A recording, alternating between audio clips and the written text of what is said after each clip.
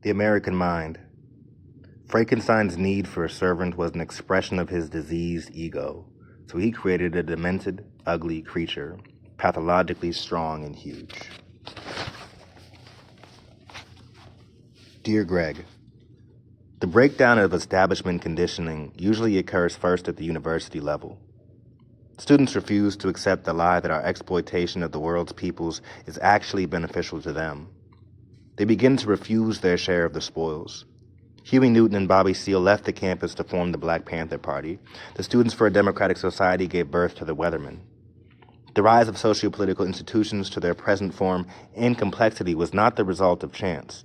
The corporation, the university, the unions, the mass media, the foundations, the associations, the courts, the prisons, the army, police, national and international, uniformed and disguised, from their beginnings were formulated as enforcers of state centralism.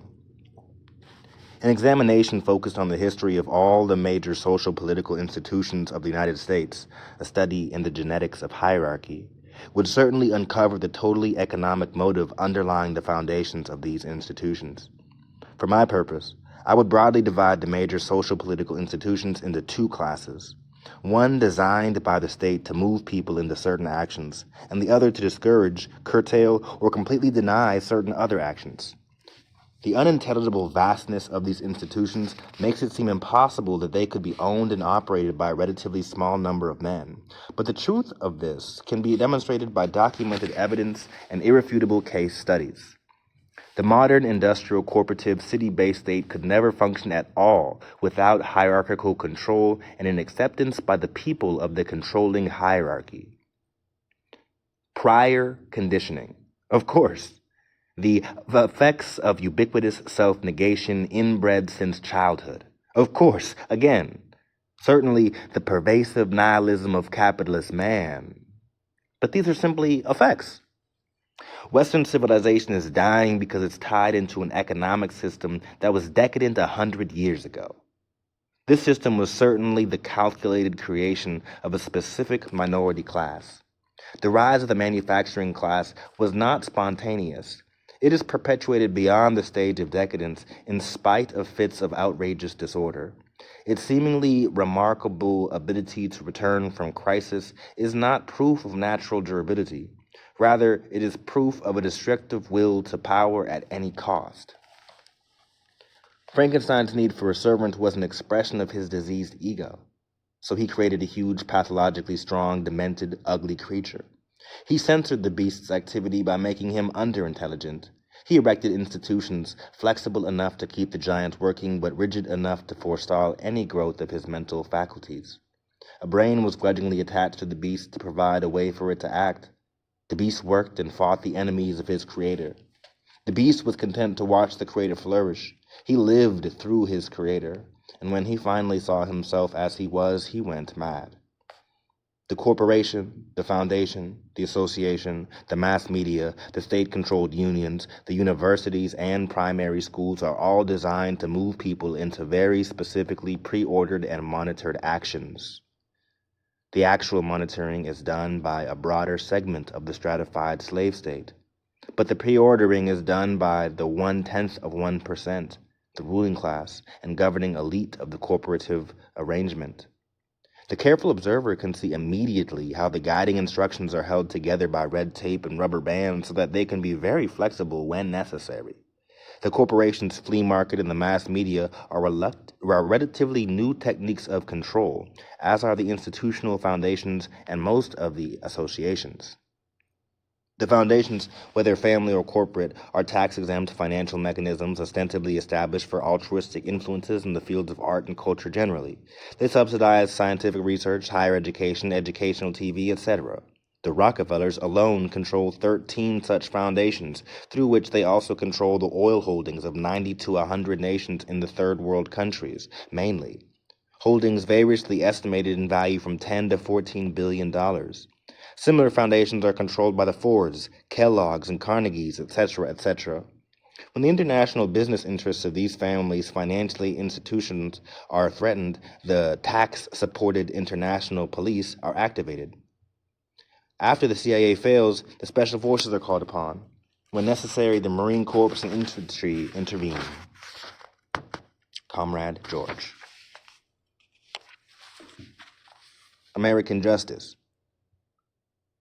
For their freedom to prey on the world's people, whatever the cost in blood. Dear Greg, in order for capitalism to continue, any action that threatens the right of a few individuals to own and control public property must be prohibited and curtailed whatever the cost in resources. The international wing of the repressive institutions has spent $1.5 trillion since World War II. Whatever the cost in blood, My Lai, Augusta, Georgia, Kent State, the Panther trials, the frame-up of Angela Davis, the national repressive institutions, police, National Guards, Army, etc., are no less determined. The mayors that curse the rioters and the looters, Mayor Delaney of Chicago has ordered them summarily executed in the streets, ignore the fact that their bosses have looted the world.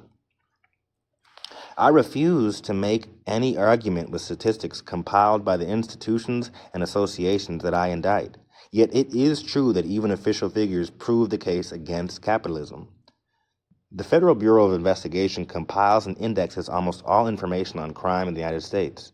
I have the figures as it states them right here. Vital Statistics, FBI Crime Report. Property crimes, 80% of the total in 1969. 20% of these crimes occurring in the ghetto. Since 1960, the number of men and women prisoners in state and federal penitentiaries has fluctuated slightly around the 250,000 mark. These statistics conceal the living reality. This is my 11th year of being shoveled into every major prison in the most populous state in the nation and the largest prison system in the world. What I have seen in these 11 years is the living situation. The experience is quite different from the columns of figures neatly arranged to give the impression of well-studied, detached, scientific, and calculated analysis. Hidden are the facts that at each institution I've been in, 30 to sometimes 40 of those held are black, and 30 to sometimes 40% of those held are black, and every one of the many thousands I've encountered was from the working or lumpen proletariat class. There may be a few exceptions, but I simply have not met any of them in my 11 years. Where I am confined now in San Quentin Prison, California, awaiting trial for 2 alleged crimes, conviction on either of which would subject my lungs to the poison gas treatment, there are 17 cells in what is euphemistically called, quote, the adjustment center, but is far more accurately known as the hole. The AC in San Quentin's triple maximum security, and all of these cells are filled. 11 of them with black men, every one of them without exception from the working class. I've been arrested, interrogated, or investigated more times than I care to count. I've learned 10 times more about the process than the most expert single group of inquisitors. From the first moment I'm brought into this scenario, I attempt to establish control over the exchanges that will take place between myself and my captors. Depending on the situation, one learns to feign either indignation, surprise, idiocy, or fear. At times, the peasant philosopher face will work. I don't think I'm an exception at all, as most blacks learned by age 15 how to handle the cretins who hire out as guns for the privileged. There is only one type of inquisitional situation that I personally cannot control, the cessations that begin with violence. In those cases, guile fails and blacks learn to fight multiple opponents while handcuffed, or at least learn how to protect the groin area. I simply have never managed to develop a technique against 9 armed men who are fascinated with damaging my private parts. But I'm still learning. All black people, wherever they are, whatever their crimes, even crimes against other blacks, are political prisoners because the system has dealt with them differently than with whites. Whites get the benefit of every law, every loophole, and the benefit of being judged by his peers, other white people. Blacks don't get the benefit of any such jury trial by peers. Such a trial is almost a cinch to result in the conviction of a black person, and it's a conscious political decision that blacks don't have those benefits. Howard Moore Jr.'s attorney, official of the court, but not for the court, he's in a position to know. He's honest, black, and dedicated enough to tell. The purpose of the chief repressive institutions within the totalitarian capitalist state is clearly to discourage and prohibit certain activity, and the prohibitions are aimed at very distinctly defined sectors of the class and race-sensitized society. The ultimate expression of law is not order, it's prison. There are hundreds upon hundreds of prisons, and thousands upon thousands of laws. Yet there is no social order, no social peace. Anglo-Saxon bourgeois law is tied firmly into economics. One can never pick that out of those vital statistics. Bourgeois law protects property relations and not social relationships. The cultural traits of capitalist society that also tend to check activity, individualism, artificial politeness juxtaposed to an aloof rudeness, the rush to learn how to instead of what is, are secondary really and intended for those mild cases and groups that require preventative measures only. The law and everything that interlocks with it was constructed for poor, desperate people like me. Jonathan, my younger brother, understood this point perfectly. The purport of the raid on the Marin County Courthouse was more significant by far than its calculable effects. I knew him well, since he was and still is my alter ego. He went to liberate and to educate with aggressive and free action. He knew that as he proceeded in liberating, there would be more action. He wasn't a speechmaker, and neither am I. Escape from the myth, the hoax, by moving people into action against the terror of the state, counterterrorism, is the real significance of the August 7th affair. To Jonathan,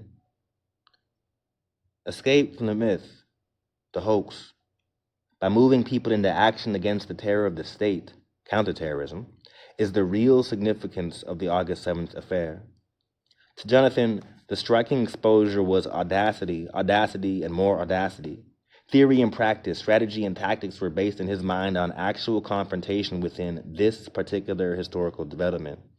He must have calculated that FOCO Army activity that was hidden and nameless, operating where the objective conditions for revolution already existed and had existed for a dozen decades, would survive and grow if at the same time the Black Panther political apparatus continued to develop its autonomous infrastructure. Proof of his theory was built right into the action. 5 desperate men were offered arms as a means of freedom. 3 took them. Proof of the role of law within the totalitarian authoritarian relationship was also built into the action. In a fit of reckless, mindless gunfire, 100 automated goons shot through the bodies of a judge, district attorney, and 3 female non-combatants to reestablish control over all activity. To prevent certain actions, no cost in blood is too high. It would seem that so much free fire would be difficult to explain. Well, actually, okay, so speaking about this no cost in blood is too high, that makes me really think about Renee Good and Alex Preddy, actually, because, you know, some of us was like, hey, they killing white people now. But reading this right here, it's like no cost in blood is too high to maintain the status quo. It would seem that so much free fire would be difficult to explain, but it's not. Freedoms are invariably being protected with this gunfire. Freedom must then be interpreted 1,000 separate ways, but it actually comes down to freedom for a few families and their friends. Freedom to prey upon the world. Acceptance of enslavement is deeply buried in the pathogenetic character types of capitalism. It is a result of the sense of dread and anxiety, which is the lot of all men under capitalist rule. Compulsive behavior and disordered obsession and longings are actually made synonymous with character in our disordered society. But to emphasize these conditions before examining the institutions from which they spring is to confuse effect with cause and further cloud the point of attack. So far, cultural analysis has established that the psychosis is so ingrained, the institutions so centralized, that what is needed is total revolution. The armed struggle between the have-nots with their vanguard and the haves with their hirelings or macabre freaks that live through them, civil war between at least these 2 sections of the population is the only purgative. Total revolution must be aimed at the purposeful and absolute destruction of the state and all present institutions, and destruction carried out by the so-called psychopath, the outsider whose only remedy is destruction of the system. This organized massive violence directed at the source of thought control is the only realistic therapy. Analysis of the oppressed mentality and the psychopathic personality that accrue from contact with the prevarications of American culture must be carefully integrated with the analysis of the source. Simple interpretation of effects tends to calcify. It certainly promotes defeatism. Action makes the front. One can quietly refuse to accept the constrictions of bourgeois culture, can reject himself, hate the self, and turn inward, By so doing, he accomplishes a form of individual revolt. But here again, we find another unconscious manifestation of the thing we hate, individualism, a now attitudinal instrumentality of bourgeois culture. We cannot escape. One simply cannot reject constrictions without rejecting and putting to death the constrictor. An armed attacker cannot be ignored. Gandhi and the gurus were all abject fools. I would certainly be dead if, when critical flashpoints matured, I hadn't backed my rejection with blows. I would hate to have been a Vietnamese in my lie without arms. I hate encounters like the one at my last court appearance on April 6, 1971, when the enemies who attacked me had all the weapons. I would hate to run into freaks who have Mike Hammer / J. Edgar Hoover complexes without being armed. My pledge is to arms. My enemies are institutions and any men with vested interests in them, even if that interest is only a wage. If revolution means civil war, I accept, and the sooner begun, the sooner done. I don't think the enemy can be identified any more carefully than this. Further identification must be made in the process. I feel elated that my brother died with 2 guns in hand. I'm going to miss him and all the others, though death in our situation is only a release. I miss people intensely. I miss him intensely. But he and the others who sought freedom died at the throat of the principal repressive institutions of the empire. They died making real attempts at freedom. I paraphrase Castro on trial after Moncada. I warn you, gentlemen, I have only begun.